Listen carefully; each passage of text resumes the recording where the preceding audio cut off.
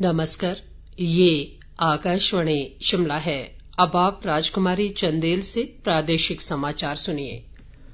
Corona संक्रमण को देखते हुए आपसे अपील है कि लापरवाही न बरतें और इन आसान उपायों का पालन कर सुरक्षित रहें।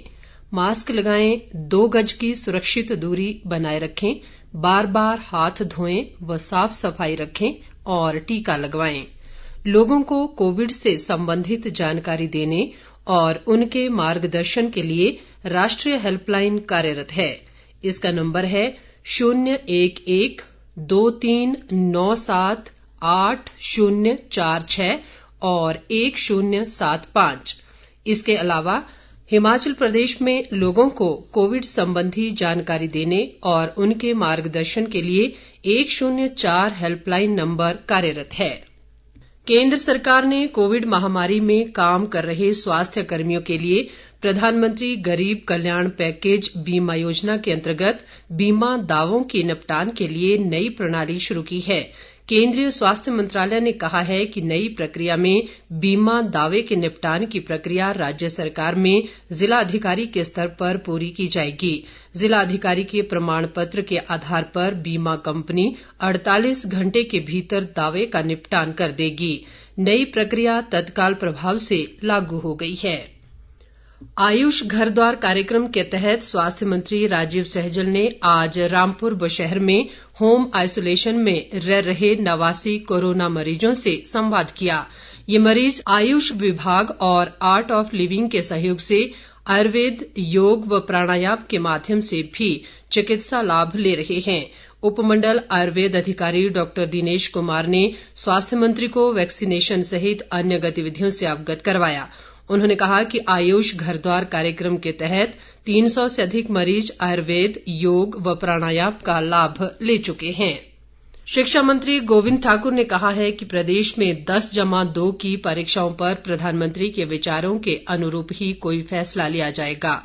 कुल्लू में आज पत्रकारों से बातचीत के दौरान उन्होंने कहा कि केंद्र सरकार की रणनीति के आधार पर ही प्रदेश में भी चर्चा कर परीक्षाओं के संबंध में निर्णय लिया जाएगा। इससे पहले गोविंद ठाकुर ने भूतनाथ पुल के मुरम्मत कार्य का निरीक्षण किया।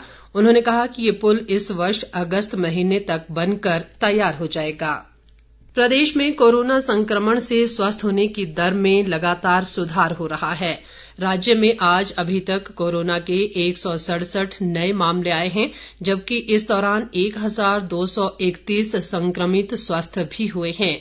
प्रदेश में कोरोना संक्रमण के मामले बढ़कर 1,91,418 तक हो गए हैं, जिनमें से 11,327 सक्रिय मामले हैं। राज्य में आज कोरोना से 14 लोगों की मौत हुई है, जिसे मिलाकर मृतकों का कुल आंकड़ा 3,179 तक पहुंच गया है। हमीरपुर जिले के भोरंज विधानसभा क्षेत्र के पूर्व विधायक अमर सिंह चौधरी का आज हमीरपुर में उनके पैतृक स्थान में निधन हो गया। वे 85 वर्ष के थे। अमर सिंह चौधरी वर्ष 1967 और 1977 में तत्कालीन मेवा विधानसभा क्षेत्र से 2 बार विधायक रहे। मुख्यमंत्री जयराम ठाकुर ने अमर सिंह चौधरी के निधन पर गहरा दुख जताते हुए शोक संतप्त परिजनों के प्रति अपनी संवेदनाएं प्रकट की हैं। मुख्यमंत्री ने कहा कि क्षेत्र के विकास में उनके योगदान को सदैव याद रखा जाएगा।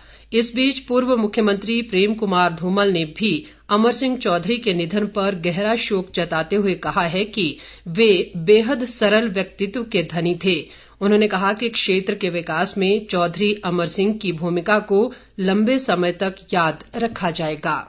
प्रदेश वन विकास निगम के उपाध्यक्ष सूरत नेगी ने किन्नौर जिले के पूह उपमंडल के विभिन्न गांवों में होम आइसोलेशन में रह रहे 41 रोगियों को होम आइसोलेशन किट प्रदान की। उन्होंने कहा कि राज्य सरकार जिले में कोरोना रोगियों के लिए हर संभव सहायता मुहैया करवा रही है। सूरत नेगी ने बताया कि प्रदेश सरकार के आग्रह पर केंद्र सरकार ने जिले के लिए एक PSA ऑक्सीजन प्लांट स्वीकृत किया है, जिसे जल्द ही रिकांगपिओ में स्थापित किया जाएगा।